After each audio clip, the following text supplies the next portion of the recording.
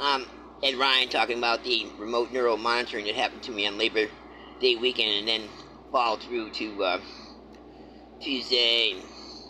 Anyways, it started early in the morning. I believe it was Labor Day itself.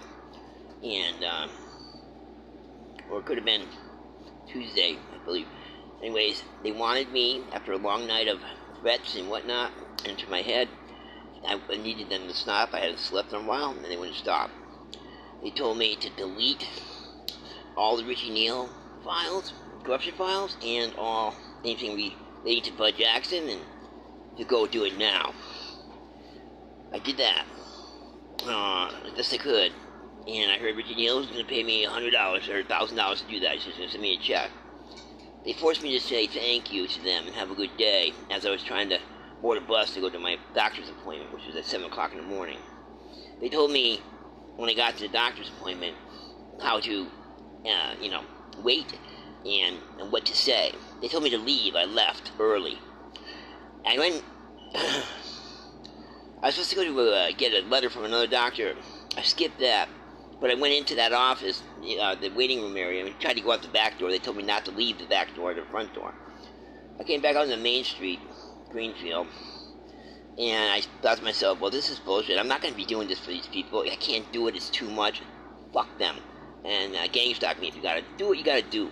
And I broke from the construct.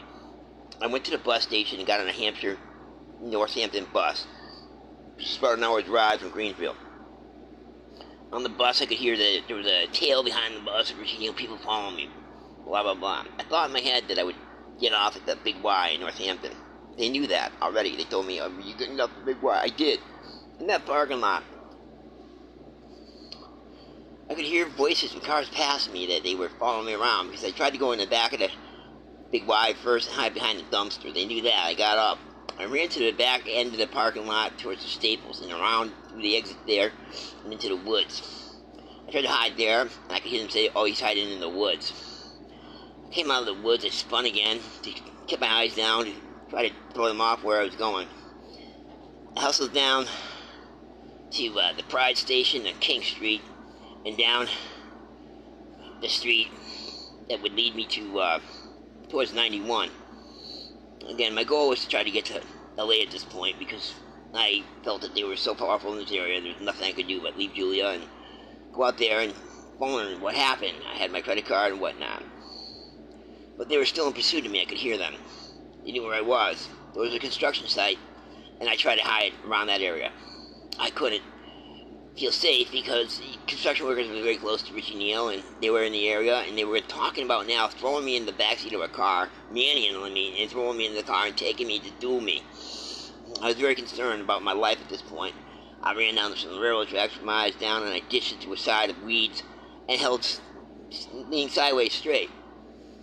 Overhead, I heard a strafing of a Barnes, airport. They have National Guard units there. One of their planes came chasing by, like, and I thought they were going to see my body heat signature, and they didn't. I then heard a reporter say, now would be a good time to go if you want to be safe. I got up and made it to King Street. I ran down King Street. I walked fast as I could. I was now sweating profusely. I was tired. I'm an old man of 63. I didn't deserve this. I headed into Northampton proper.